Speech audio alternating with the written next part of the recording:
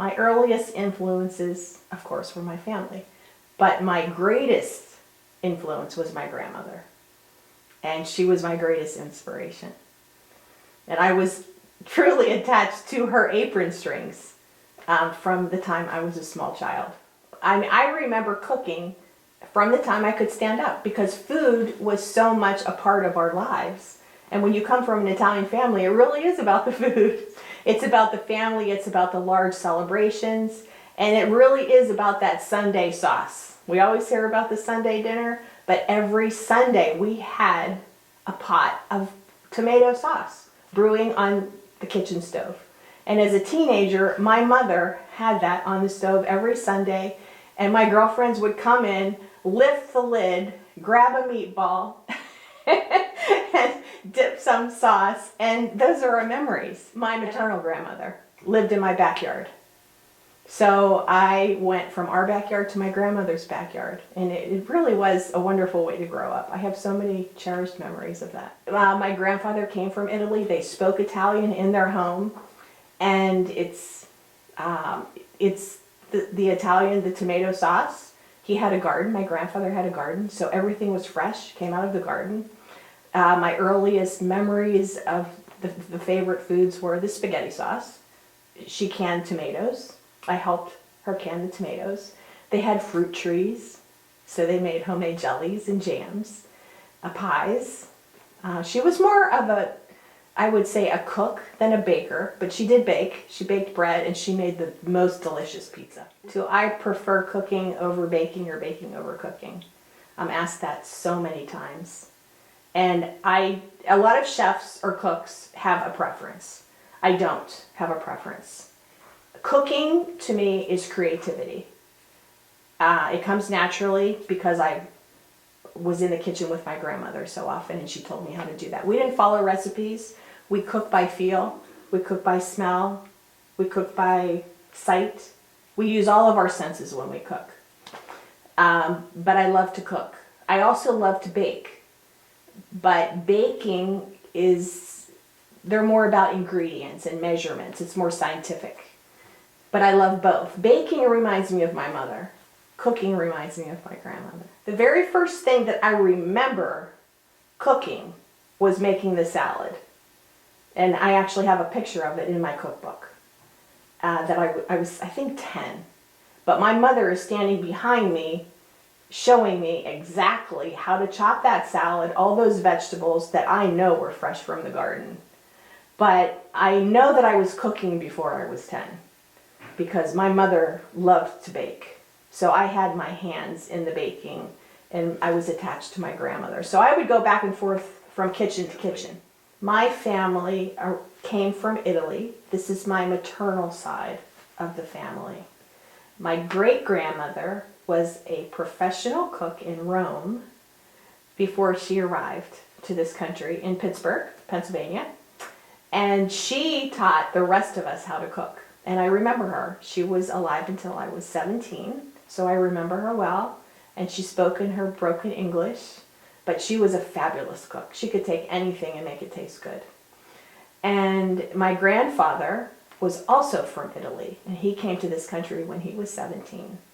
And they, of course, he bought a parcel of land, and they were in our backyard. So when my parents married, he gave them the parcel of land, so he kept everybody together.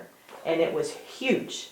He had a fig tree, he had fruit trees, he had like anything you could imagine. But as I was a little girl, he used to take me by the hand and show me around the garden and how to plant and what to do. And he even made his own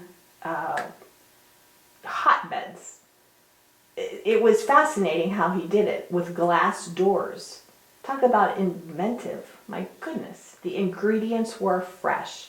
And that's also a huge influence in my cooking, because fresh, of course, is always best. And I remember when they did go to Italy, because my grandfather had brothers and sisters, nieces and nephews that lived there. So my grandparents would go to Italy to visit. And at that time, you could bring food back to the States. Well, now everything's imported, and of course it's all changed. But I remember them coming back with cheeses and salamis and olive oils. We had a lot of Sunday dinners, and there was a lot of conversation around that table, but it was connection, and that's what it's all about. And those are the memories, and those are the memories that I wanted to preserve. The inspiration for the cookbook came to me when I returned to school to finish a degree, and at that time I was a stay-at-home mom, and we had to write a research paper, and I was not in the business world as most of my classmates were, but I always wanted to write a cookbook. So I wrote my research paper on how to write a cookbook. Well, I turned in a 75-page research paper on how to write a cookbook. Well, graduation came, and my professor said, "Well, that's great, Cynthia, but where's your cookbook?" So I knew at that time, if I didn't write the cookbook, I probably would not ever write the cookbook. So I called my grandmother, and it just coincidentally coincided with family members asking me, "Where is this recipe? And where is that recipe? And do you have this recipe?" And of course, none of them were written down. They were all up here. So my grandmother agreed to help me write the cookbook. Well, at that time, I just wanted to write the cookbook for our family so that we would all have the recipes. Like many families, don't have them written down. And I found that out throughout the years. So she wholeheartedly agreed to help me write the cookbook. And we did. And she measured, and I wrote, and then we practiced putting them together. And it took us a good 6 years because I was living in the eastern part of the state, and she was living in the western part of the state of Pennsylvania. So when the book was finally written, the photos were not in there. It was just written. Well, she gave me a look like, okay, well, it's not finished. So I had to finish it, and I promised her that I would. She didn't see the final copy, but I did finish it. Every recipe in that cookbook is simple food.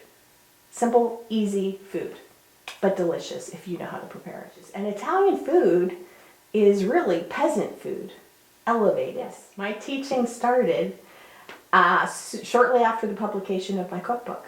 And my first class was the Feast of the Seven Fishes, because that was a large part of my cookbook. And a friend of mine who was the former president of the Pennsylvania Restaurant Association, asked me to teach that class for a group of women. And there was a great interest in that, and that was my very first class. I found that I could get paid pursuing my passion when I went to work for Williams-Sonoma, and I was teaching classes. And it wasn't until that time people came up to me and I loved your classes. I learned so much. When somebody tells you they learned something from what you taught them, or they loved listening to you, you're actually inspiring somebody. And when you can inspire somebody, that's what it's all about. My television exposure began in Philadelphia on the 10 show. I met the hosts of the 10 show. And then when they found out I had a cookbook on the market, they invited me to join the show. So that was the beginning of my television. Well, from there, I appeared on Pittsburgh Today Live, and then I moved to Charlotte, and then my regular appearances began on all three networks. People hire a private chef to cook for a party. They don't have time to do it. They want something maybe a little more elegant. Some people just don't know how to cook. Some people are just too busy to cook, and they don't want to go out to eat. They find it a savings to have homemade meals prepared rather than go out 5, 6, 7 nights a week. I've done dinner parties for 2 people, and I've done dinner parties for, I would say, up to 75 people.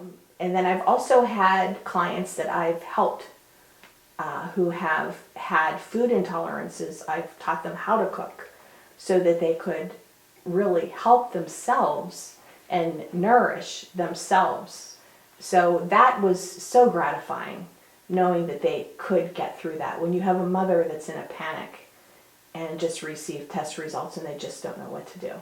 So that's gratifying to help them work through that. I love food people. Food people are happy people because food people love food. And food is a connection. Food brings people together.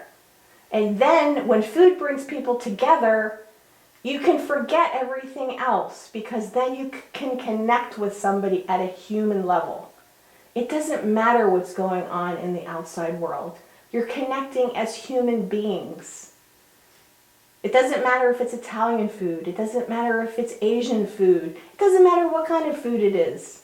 Food is sustenance, right? It keeps us alive.